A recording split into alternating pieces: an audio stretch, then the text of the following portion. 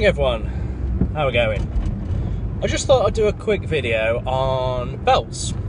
I've been asked a few times about what sort of belts you should get, what belts I recommend, and also when and how I recommend that you actually use belts.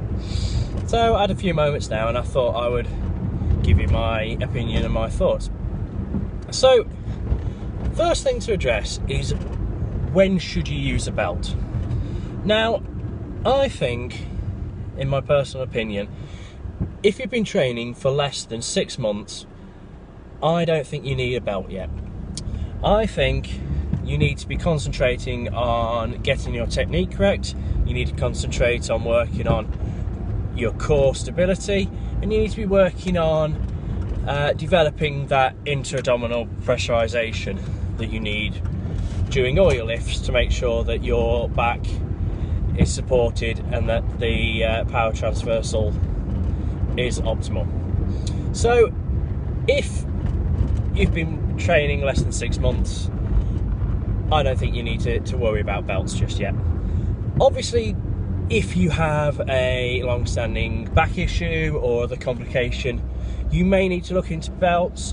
However, you're probably better off placed actually looking at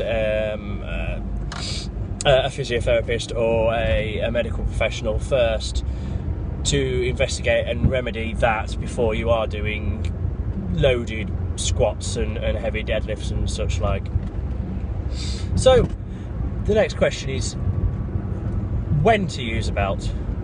Well, I would normally recommend that once you're starting to lift some decent weights, you've been lifting for longer than 6 months, that you can start using a belt in your training. Now, most of the time I would recommend using a belt roughly 75 to 80% of your max.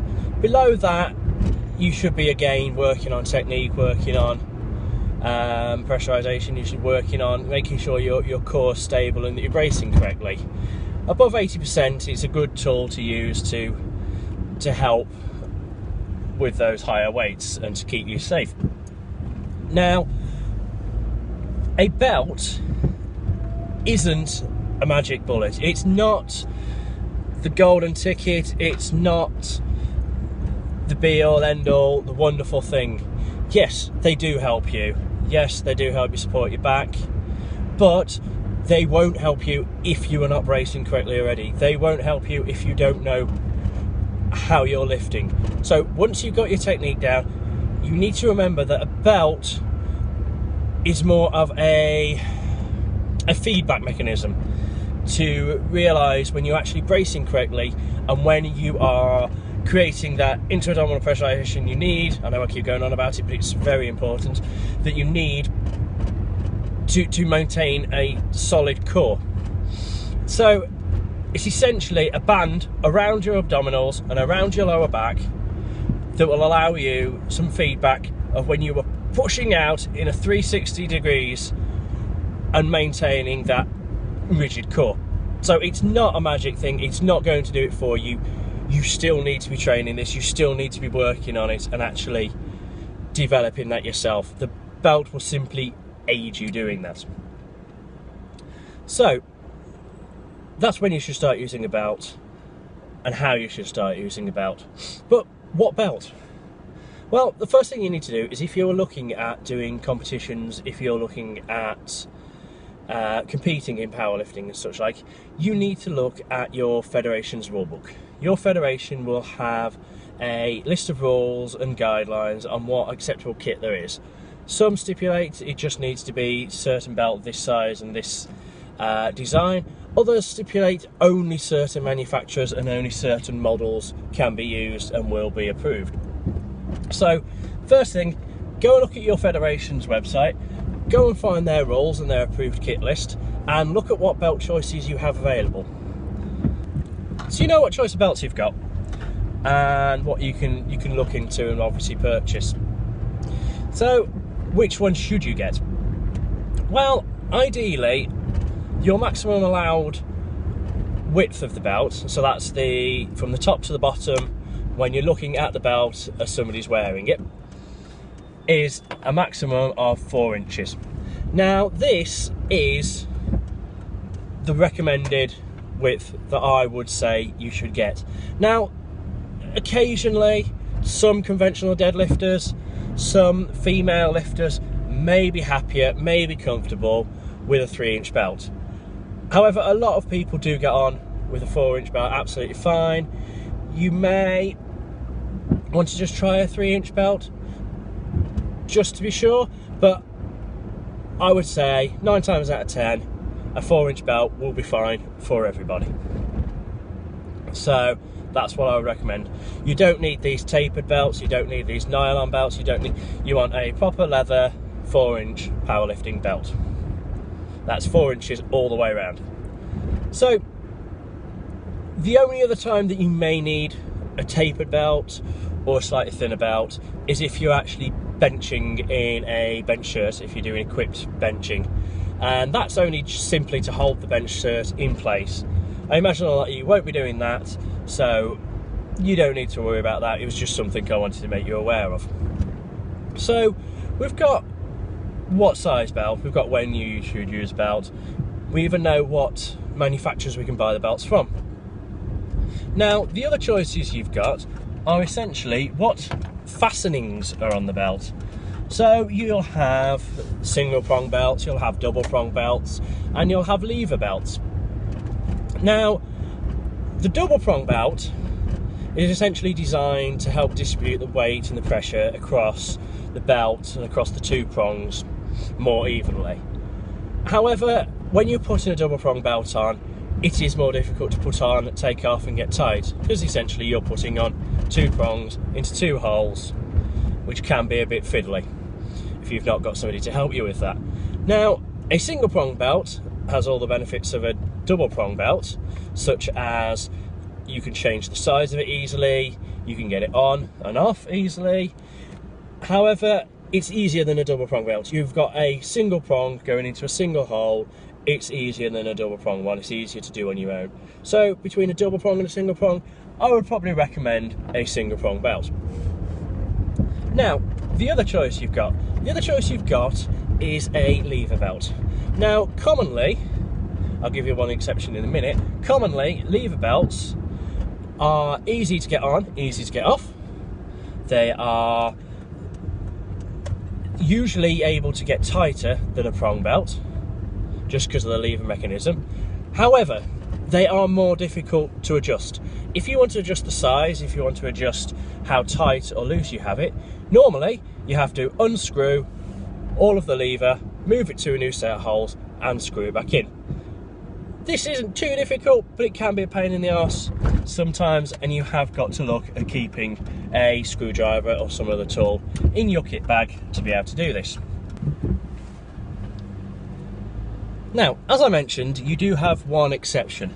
So the other choice you've got is you've got a SPD lever belt. Now these are slightly different because they have a patent pending lever design, and this is slightly different to the other ones because you still get the ease of use for putting it on and off, and you also get the ease of changing the size and adjusting it easily. It's slightly different to the others, so you don't need to actually unscrew and screw it back in. You can just change to a different set of holes as you would with a prong belt. Now, obviously you need to look at the pros and cons of this compared to the other ones and decide what you are willing to have, and obviously looking into the cost. Now the SPD lever belt does cost a little bit more than the other ones cost, so for a decent single prong belt you may be looking around £100–120, whereas the SPD belt is currently £165. So you're paying that bit extra for the ease of the lever. So that's the width of the belt, the models of the belt, the fastenings of the belt. What else you need to look at is the thickness of the belt. Now you've got 2 options with the thickness of the belt. You have a 10mm or a 13mm thickness. Now obviously the 13mm is slightly thicker, and what this means is that it's actually normally a bit more stiffer. It's a bit more hard work to actually break the belt in. By breaking the belt in, what I mean is actually making the leather a bit more pliable, a bit softer, so it actually conforms to your body a bit better. Stop slightly digging into your body as much as it used to do. Some particularly stiff belts, if put on in a certain way, may dig into your lower ribs, they may dig into the top of your thighs. Usually this does dissipate over a period of time of using it, as the belt actually forms more to your body. If you've had any form of leather clothing or coats, jackets, etc. before, you'll know that they come stiff to start with, and over time they do become more malleable, more flexible. This is the same with a leather belt. One note for there is that most belts will do this, but I do know that Inza belts do actually have a extra layer of leather in them that will keep them stiffer for longer. So Inza belts don't tend to break in as much as other belts. Now, this is a pro or a con depending on what sort of belt you want. If you want a stiffer belt that stays stiff for longer, you'll want one of them. If you want a belt that does actually form to your body a bit more, is a bit more comfortable, then maybe not an Inza belt is the best one for you. So 13mm is a bit more stiffer, but it's a bit more difficult to wear in, and it's a bit more unforgiving on your body and your ribs, as I say. Now a 10mm belt is slightly thinner, you don't get quite as much support from it, but it's easier to break in, it's a bit softer, it's a bit gentler. So again, that's a decision you need to make. You need to decide which you prefer, which one you want, and weigh up the pros and cons of that. So I would look at, as I said, a 4-inch belt with probably a single prong, unless you've got the money to spend on an extra lever belt, or a lever belt you don't mind changing the settings on it each time you want to change the size of it.